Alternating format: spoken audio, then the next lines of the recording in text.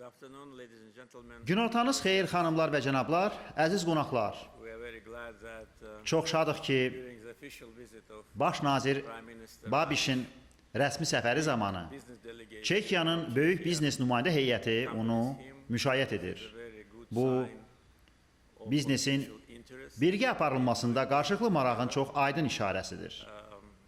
Business communities usually Adətən, işgüzar dairələr öz qərarını profitability layihənin of the projects gəlirliyi ilə bağlayır. Lakin eyni zamanda a lot bir depends çox on məsələlər legal background hüquqi əsaslar and və political siyasi ölçülərdən asılı olur. today.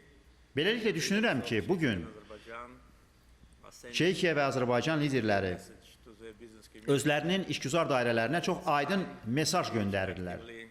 in bilateral İki tərəfli ticarət, investments, sərmayələrdə iştirak etmək, to the practical praktiki layihələrə nəzər salmaq və synergy. işbirliyinin qurulması yolları haqqında düşünmək vaxtıdır. Background Fikrimcə bugün yüksək səviyyədə qurulan siyasi təmaslar çox güclü siyasi bünövrəni as already was təşkil edir. mentioned today. Bugün artıq qeyd olunduğu kimi biz Baş nazir Babişlə 3 ay əvvəl Davosda bir araya gəldik. İndi isə burada Qəbələdə görüşürük.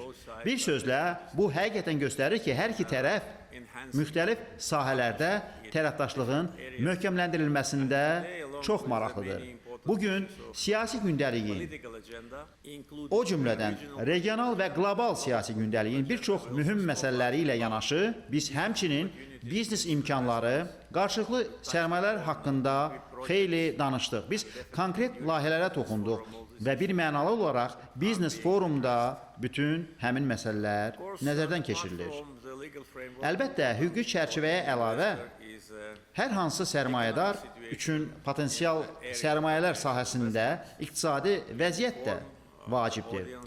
Auditoriyanı məlumatlandıra bilərəm ki, Azərbaycanın maliyyə və iqtisadi vəziyyəti sabitdir. for many years. It's already 9 Çox illər ərzində, artıq 9 ildir ki, is stable, valyutamız sabitdir. Əslində, unchanged. məzənnə dəyişməz olaraq qalır. 2017-ci ildən etibarən 1 dollar 1,7 2017. manat təşkil edir.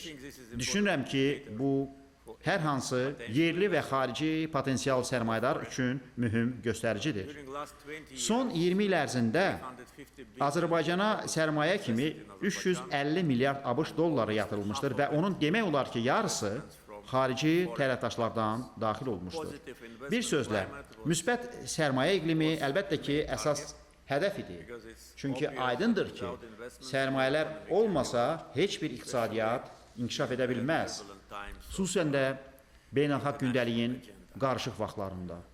We managed to strengthen our Biz financial borc almanı azaldaraq maliyyə sistemimizin gücləndirilməsinə nail olduq. We actually Əslində major biz borrowing, xarici borcu aşağı salmaq üçün bir neçə il əvvəl foreign debt, əsas borc almaları dayandırdıq. Hazırda biz yenidən borc almaya başladıq. Çünki indi xarici borc ÜDM-in cəmi 6,1%-ni təşkil edir. things to do. İnfrastruktur layihələri Infrastructure projects Qarabağın və Şərqi Zəngəzurun azad olunmuş sahələrində yenidən qurmaya gəldikdə görüləsi işlər çoxdur. Beləliklə biz with leading financial Dünya Bankı, Avropa Yenidən Qurma və İnkişaf Bankı, Asian Asiya İnkişaf Bankı, Asian Bank Asiya İnfrastruktur və Sərmayə Bankı və digər aparıcı maliyyə təsisatları ilə artıq fəal işə başlamışıq. Məqsəd more dynamism qarşımızda olan mühüm layihələrin icrasında daha çox dinamika yaratmaqdır. with respect to Beynəlxalq təcrübəyə gəldikdə also can biz həmçinin qeyd edə bilərik ki, Moody's rating agency Moody's Rating upgraded Agentliyi Azərbaycanın kredit reytingini müsbət proqnozlu sərmayə reytingi səviyyəsinə qaldırıb. positive, Düşünürəm ki, which I think is also bütün bunlar Azərbaycana investors that pul vəsaitlərin qoyulması üçün münasib məkan olması barədə investorlara yaxşı işarədir. political Bir mənalı olaraq siyasi sabitlik, sosial sabitlik, təhlükəsizlik, yəni ölkədə işgüzar fəaliyyətlə məşğul olmaq qərarını qəbul edən sərmayədara ilk növbədə lazım olan hər meyar var. With respect to prospects of İki tərəfli əməkdaşlığın perspektivlərinə gəldikdə, I'd like to say that əvvəlcə bildirmək istərdim ki, biz Avropa İttifaqından ilk kənar ölkəyə, Azərbaycana səfər etdiyinə görə, biz baş nazir Babişə çox minnətdarıq. Biz bunu dostluq, hörmət əlaməti kimi görürük. Və bu, həmçinin göstərir ki, həqiqətən hər iki ölkənin bir-birinə ehtiyacı var. Biz Azərbaycandan artıq kəsilməyən neft təchizatı ilə enerji sahəsində artıq yaxşı tərəfdaşlıq qurmuşuq. Bugün biz təbii qaz sahəsində əməkdaşlığın başlanılması imkanlarını geniş şəkildə müzakirə etdik. Neft, qaz, neft dairman məhsulları, neft kimya, gübrələr, elektrik enerji, süni zəka, məlumat mərkəzləri böyük potensial əsasında iki tərəfli qaydada hər iki ölkənin fəal işlədiyi bütün digər sahələri əhatə edəcək strateji əməkdaşlığın qurulması məqsədi ilə həmin məsələlərə geniş perspektivdən nəzər saldıq. Artıq nəticə verən sahələrdən biri müdafiə sənayesidir. Çekiya müdafiə sənayesi sahəsində özünün çox müasir və etibarlı məhsulları ilə xeyli tanınır. Biz Çekiyanın şirkətləri ilə artıq bir neçə müqavilə imzalamışıq. Hazırda fəaliyyət dairəsini artırmağı və birgə istehsalata başlamağı planlaşdırırıq. Elə danışdığımız zaman heyətlərimiz bunun üzərində işləyir. Bu, istənilən ölkə üçün, xüsusən də müharibə və münaqişələrin yağışdan sonra göbələk kimi artdığı dövrdə çox mühüm sahədir. Hər bir ölkə öz suverenliyini, ərazi bütövlüyünü və sərhədlərinin toxunulmazlığını müdafiə etməyə hazır olmalıdır. Bu nöqteyi nəzərindən düşünürəm ki, biz böyük artım potensialı olan bu sahədə əməkdaşlıq üçün çox güclü əsas qoyduq. Həmçinin bugün cənab baş nazirlə birgə qəbul etdiyimiz qərarlar arasında birgə iqtisadi komissiyanın həmsədrliyinin səviyyəsinin nazirlər səviyyəsinə qaldırılması və birgə hökumətlər arası komissiyanın iclasının təşkili də var idi. Yaxşı olardı ki, bu iclas bu il keçirilsin. Birgə hökumətlər arası komissiyanın iclası sonuncu dəfə 3 il bundan əvvəl keçirilmişdir. Beləliklə, bir çox məsələlər üzərində iş gedir. Biz bu məsələlərin gedişi barədə xəbərdar edilməliyik, informasiya mübadiləsi aparılmalıdır, biznes ictimaiyyəti istiqamətləndirilməlidir və onlar üçün daha yaxşı mühit təmin edilməlidir. Ölkəmiz üçün prioritet sayılan sahələrdə Azərbaycana yatırıla biləcək potensial investisiyalara gəldikdə, birinci sahə əlbəttə ki, sənayenin inkişafıdır və birgə istehsaldır. Biz nəqliyyat infrastrukturunun aparıcı istehsalçıları ilə Azərbaycanda birgə müəssisə yaratmaq məqsədi ilə Çekiyanın çox məşhur olan nəqliyyat sektorunu geniş müzakirə etdik. Biz Azərbaycanda böyük potensialı olan, bərpa olunan enerji sahəsini fəal şəkildə inkişaf etdiririk. Planımız 2032-ci ilə qədər günəş, külək və hidroelektrik enerjidən 8 gigavat əldə etməkdir və bu təkcə planlara yox, artıq imzalanmış müqavilələrə əsaslanır. Bunun üçün çoxlu sahə işləri aparılmalıdır. Əlbəttə ki, bu sahələrdən biri ola bilər. Bağlantı. Bugün biz Şərq-Qərb nəqliyyat dəhlizinə geniş sərmayə yatırırıq və bugün ənənəvi təchizat zəncirinin kəsilməsinə, logistika və tranzitlə bağlı problemlərə görə bu dəhlizə heç vaxt olmadığı kimi ehtiyac var. Beləliklə, Azərbaycan şərqdən qərbə və əks istiqamətdə, hətta şimaldan cənuba və cənubdan şimala təhlükəsiz və etibarlı tranziti təmin edir. Biz hər iki dəhlizin kəsişməsində yerləşirik və son illərdə infrastruktura geniş investisiyalar ilə biz bir çox ölkələrə lazım olan bu böyük aktivi artıq yatırmışıq. Turizm, əlbəttə ki, tərəfdaşlığın önəmli sahəsi ola bilər. Hər iki ölkənin zəngin tarixi, mədəniyyəti, abidələri, təbiəti var.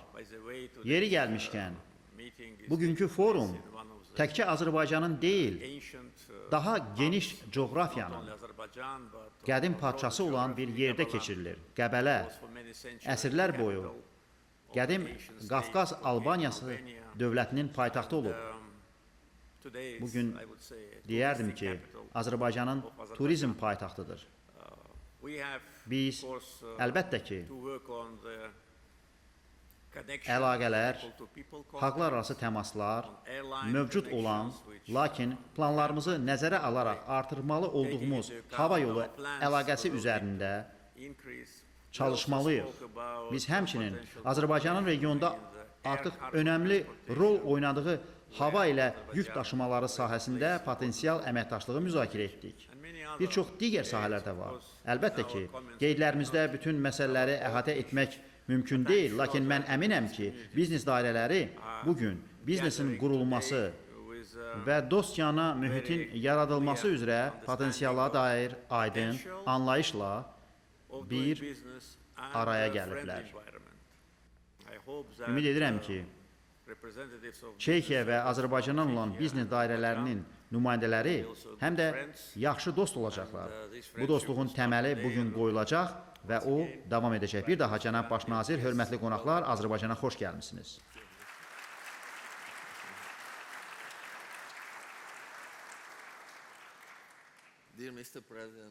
Hörmətli cənab prezident Əliyev, Nazir Cabbarov, hörmətli qonaqlar, xanımlar və cənablar, ən dinamik ölkələrdən biri olan Odlar diyarı Azərbaycanla əlaqələrin gücləndirilməsinə və yeni üfüqlərin kəşfinə həsr olunmuş.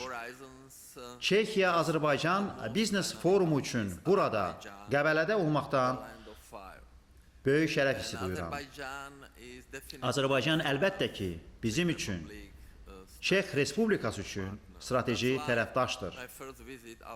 Buna görə də Avropa İttifaqına üz olmayan ölkələr arasında ilk səfərimi məhz buraya edirəm. Biz cənab prezidentlə Davosda görüşmüşdük. Bu səfəri razılaşdırmışdıq və burada olmağımdan şadam və şərəf hissi keçirirəm. Eyni zamanda sizi Praqada qəbul etmək üçün dəvəti də çatdırıram. Ölkələrimiz arasında birgə iqtisadi komissiyanın təşkil edilməsi ilə bağlı ideya var və bizim tərəfdən bu komissiyaya birinci vitse-prezident cənab Havliçik rəhbərlik edəcək. Hesab edirəm ki, bu komissiya işinə mümkün qədər tez bu il başlamalıdır. Biz bütün bu layihələrdə irəli gedə bilək. Enerjiyə gəldikdə, biz Avropa İttifaqında enerjidən danışırıq. Çex Respublikası bütün liderlərə, komissiyaya və Avropa İttifaqı Şurasına 4 məktub göndərir. Bizim problemimiz var. Bizim problemimiz yaşıl razılaşma ilə bağlıdır və bu məsələ bugünkü durumundan fərqli olaraq tamamlanmaq üzrədir. Bununla da ETS 1, ETS 2 ilə Avropa sənayesi məhv edilir. Avropanın və Avropa vətəndaşlarının həyatlarına zərbə vurulur. İndi isə Hörmüz boğazı ilə bağlı problem yaşayırıq. İndi Avropada xam neft və qaz məsələsi üzə çıxır. Biz buraya enerji ilə bağlı danışıqlar aparmaq üçün də gəlmişik. Çünki Azərbaycan Çex Respublikasına xam neftin ən böyük təchizatçısıdır. 42% təchiz olunur. Siz bir nömrəli təchizatçımızsınız. Biz buraya qazın ən böyük paylayıcısı olan ÇEZ şirkəti ilə gəlmişik və əlbəttə ki, uzun müddətli əməkdaşlığı, uzun müddətli müqaviləni iki tərəfli investisiyaları müzakirə etməyə çox şad olardıq. Siz yeni qaz yataqlarını kəşf edəcəksiniz və əlbəttə ki, bizim bu məsələyə çox böyük marağımız var. Hər ikimiz etibarlı tərəfdaş olduğumuzu bilirik və bizim əməkdaşlığımız qarşılıqlı hörmətə və etibara əsaslanır. 2025-ci ildən indiyədək ticarət dövriyyəsi %75 milyard avro təşkil etmişdir və bu, əsasən xam neftin təchizinə görə olmuşdur. Lakin gələcəkdə şaxələndirmək üçün böyük potensial mövcuddur. Məhz buna görə cənab prezident çox önəmli 50 Çek şirkətinin nümayəndələri ilə buraya təşrif buyurmuşam və sizi bugün burada bizimlə bir yerdə olan bu konkret şirkətlərlə tanış etmək istəyirəm. Biz enerji üzrə həll variantların tam spektrini təklif edən kurasiyamızda olan bir qrup ixtisaslaşmış şirkətləri bir araya gətirmişik. Bugün burada təmsil olunmuş şirkətlər arasında ÇES, Inco Engineering, Provico, TTC Marconi, ZPA Peçki, ZVZ Engineering, JDAŞ var. İcazə verin, həmçinin müdafiə sektorunda fəaliyyət göstərən bir qrup şirkəti sizə təqdim edim və siz artıq onlarla tanışsınız. Çek Respublikası 1939-cu ildə dünyada hərbi avadanlıq və silahların ən böyük istehsalçısı idi. Burada Çekiya və Slovakiya qrupu da təmsil olunur, birgə müəssisələr, investisiyalar, L-39NC Aero Vodochody, CSG Aerospace, Česká zbrojovka, Colt, Excalibur International, Explosia, Bobchies, Omnipol və Livans CRO Meteo Press. Biz bu layihələri müzakirə etmişik. Bütün bu şirkətlər sizin xüsusi ehtiyaclarınıza uyğun hər tərəfli çeşidlə məhsul və vahid həll variantlarını təklif edirlər. Nümayəndə heyətimiz müasir nəqliyyat mühəndisliyində ən yaxşı həll variantları təcəssüm etdirir. Bu şirkətlər qatarlar və dəmir yolu texnologiyasından tutmuş, qabaqcıl nəqliyyatı idarə etmə sistemi və ağıllı infrastruktura qədər hər şeyi təmin edirlər. Onlar bizə daha da sürətli, təhlükəsiz və dayanıqlı nəqliyyat şəbəkəsini qurmağa kömək etmək üçün buradadırlar. Əlbəttə ki, Şkoda daşımalar və Çekiyada çox önəmli və iqtisadi qrup olan PPF-in üzvü olan Şkoda şirkətlər qrupunun Bakı metrosunda keçirilən tenderdə uğur qazanması bizi çox şad edərdi. Həmçinin AŞT Praha, ÇES Loko, Dako və Tatra eksport şirkətləri də burada təmsil olunur. Burada onlar bütün bu şirkətlər çox konkret layihələri təqdim ediblər və mən əminəm ki, bizimlə işbirliyi qursanız bundan çox məmnun qalarsınız. Həmçinin geologiya və mədən sənayesi sektorunu təmsil edən ixtisaslaşmış Çeşka Geologiçka Slujba və Fridlanske Stroyerni, TR, SRO şirkətlərini də təqdim etmək mənim üçün şərəfdir. Bu şirkətlər suyun idarə edilməsi və dayanıqlılıq məsələlərində ixtisaslaşmış şirkətlərdir. Burada Mega, Çernoproyekt və maliyyə sektorunda fəaliyyət göstərən Çek Export Bank, Eksportni Garanti və Poistovaçi, Spolishnews analitik texnologiyalar və laborator şəbəkə xidmətləri üzrə fəaliyyət göstərən JTH Holding şirkətləri də var. Bugün müzakirələrimizin təbii ki, sənaye və iqtisadi artıma fokuslanmasına baxmayaraq, biz tərəfdaşlığın texnologiya və ticarətdən daha dərin olduğunu hesab edərək, onun eyni zamanda mədəniyyəti, təhsili və sosial məsuliyyəti əhatə etdiyini düşünürük. Bu kontekstdən musiqi alətləri üzrə ixtisaslaşmış və ümumdünya miqyasında tanınmış şirkət olan Petrovu salamlamaq istəyirəm. Bundan əlavə çox vacib məsələni də sizin diqqətinizə çatdırmaqdan fərəh hissi keçirirəm. Burada təmsil olunan şirkət və təşkilatlardan bəziləri sosial tərəqqiyə, xüsusilə qadınların cəmiyyətdə və peşəkar sahədə roluna dərindən bağlıdırlar. Bunu nəzərə alaraq mən qadın sahibkarlarının və menecerlərinin Çekoslovak Moraviya Assosiasiyası olan FGEM təşkilatının salınmağa çox şadam.